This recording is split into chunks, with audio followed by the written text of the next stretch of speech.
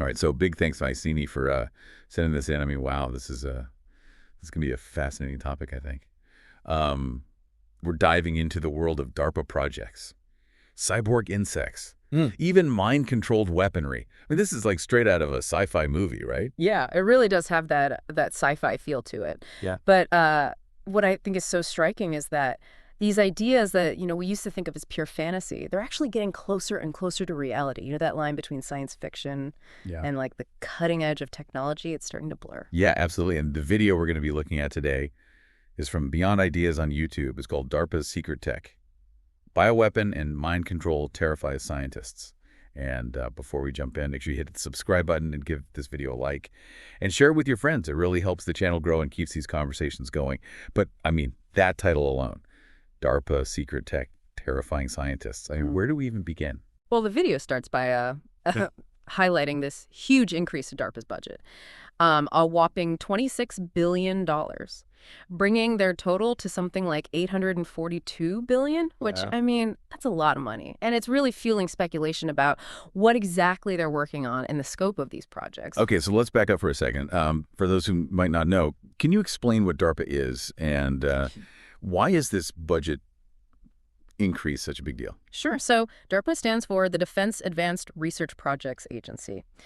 And it's basically a branch of the U.S. Department of Defense that's responsible for developing these cutting-edge technologies for military applications. And historically, they've been behind some pretty groundbreaking innovations like, think the internet, think GPS. So this massive increase in their budget, it suggests that they're really investing heavily in some potentially game-changing technologies, which is, on the one hand, it's exciting, but on the other hand, it's also kind of concerning. Yeah, I mean, a budget that big, it's got to be funding some pretty wild stuff.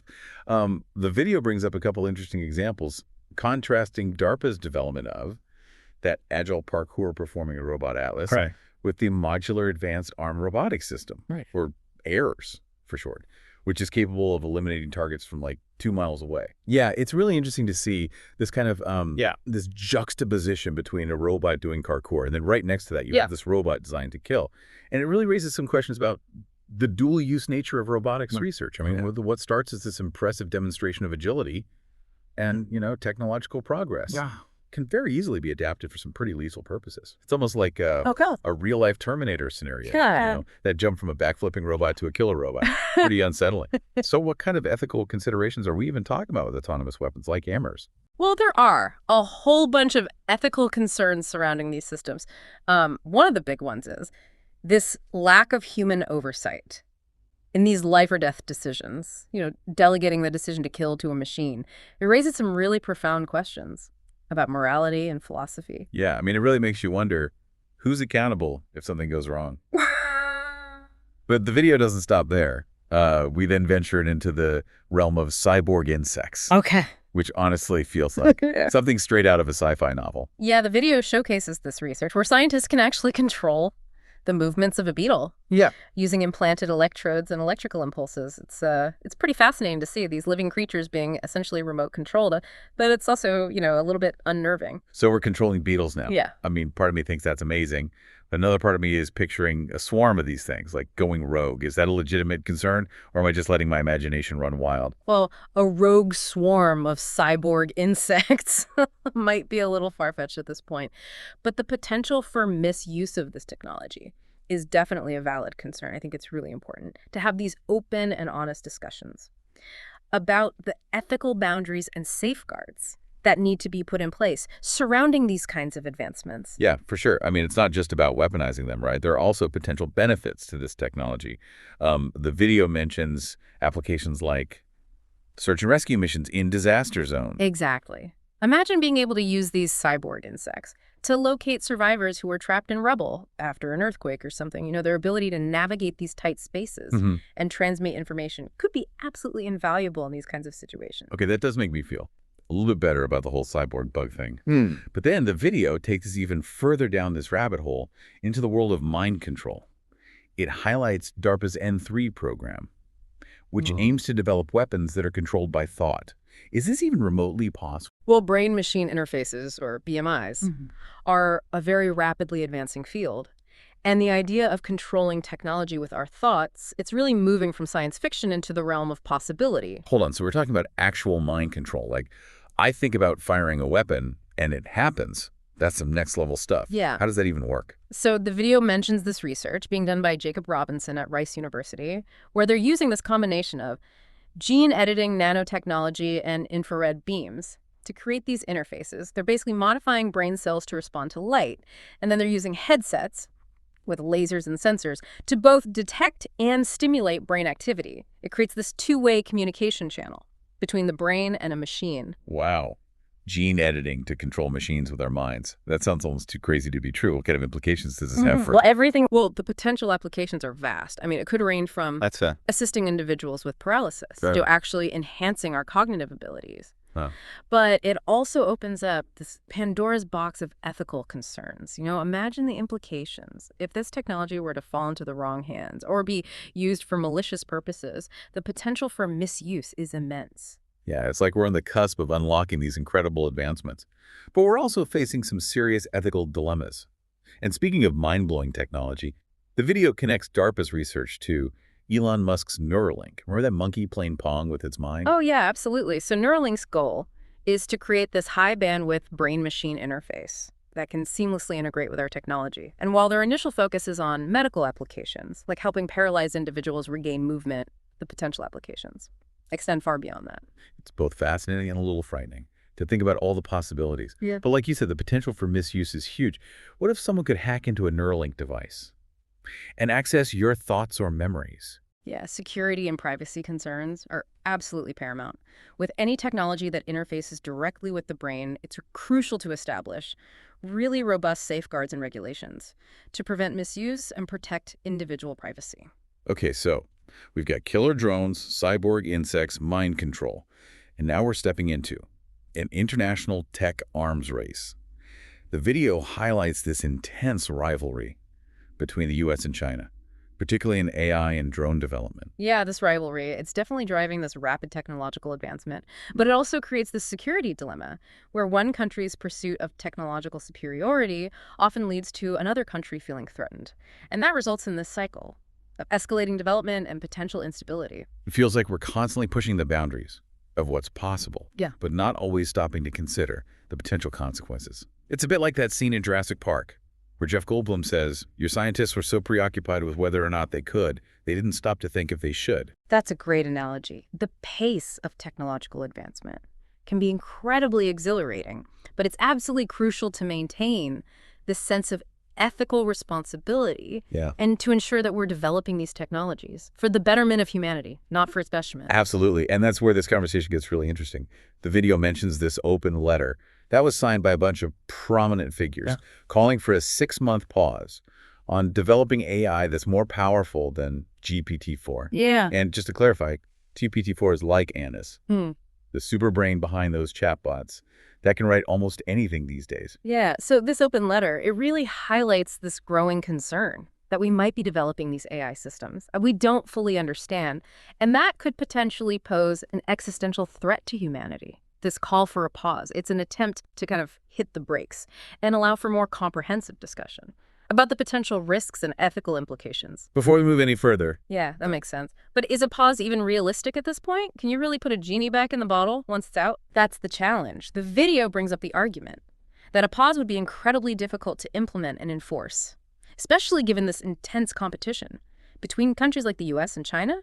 If one side pauses, the other side might see it as an opportunity to surge ahead. Right, so it becomes a bit of a geopolitical dilemma. Yeah. What are some of the arguments for and against such a pause? Well, proponents of the pause argue that the potential risks of unchecked AI development are just too great to ignore. They believe that establishing international agreements and regulatory frameworks is absolutely crucial to ensure that AI is developed responsibly. So it's not just about hitting the pause button, but also about setting some ground rules for the game moving forward. What do you think? Is a pause necessary, or are we overreacting to the potential risks? It's a really complex issue with no easy answers. I think the key is to approach AI development with a healthy dose of caution and a very strong ethical compass. And this is where you come in, dear listener. What stands out to you in this discussion? What are your thoughts on the future of warfare? AI. and the ethical implications of these rapidly advancing technologies. We'd love to hear your perspective, so please share your thoughts in the comments section below the video. Let's keep this conversation going. Because ultimately, the future isn't predetermined. It's shaped by the choices we make today. So let's choose wisely, folks. Let's be informed. Let's be engaged. And let's be proactive in shaping a future where technology serves humanity, not the other way around. So we were just discussing this potential pause on developing AI more powerful than GPT-4, which is, it's a pretty monumental idea. Yeah, it definitely raises a lot of questions. I mean, is a pause even feasible in today's, hyper-competitive tech landscape? And if it is possible, who would enforce it? Those are some really key questions, and the video points out that getting all the major players on board, especially with, the U.S. and China kind of vying for technological dominance, would be a major challenge. It's almost like trying to herd cats. Everyone's got their own agenda. Exactly. And even if you could get everyone to agree, how do you ensure that everyone's actually playing by the rules? Yeah. The potential for someone to secretly continue development while everyone else has paused is a real concern. Absolutely. Verification and enforcement would be incredibly difficult. But proponents of the pause argue that the risks of unchecked AI development are just so significant that we need to at least try. It's a matter of, global safety and potentially even human survival. So the stakes are pretty high. The video also mentioned the potential for AI to be used for things like surveillance and control of individuals. Which is, a whole other layer of concern. It's definitely a valid concern. Imagine a world where your thoughts, your emotions, even your memories could be accessed and manipulated by others. It's a pretty chilling thought, and it underscores the need for really clear boundaries and safeguards around AI development. Yeah, it's almost like a digital arms race, with everyone scrambling to develop the most powerful technology without fully considering the consequences. And that's really the crux of the issue. We're in this uncharted territory, and we need to proceed with caution. The video highlights the importance of really questioning our motivations for developing these technologies in the first place. Are we creating solutions in search of problems, or are we driven by this blind pursuit of progress? Right. It's important to ask ourselves, what kind of future are we creating? And is it a future we actually want to live in? Exactly. We need to engage in these thoughtful discussions about the ethical implications of these advancements and ensure that we're using technology to empower humanity, not control it.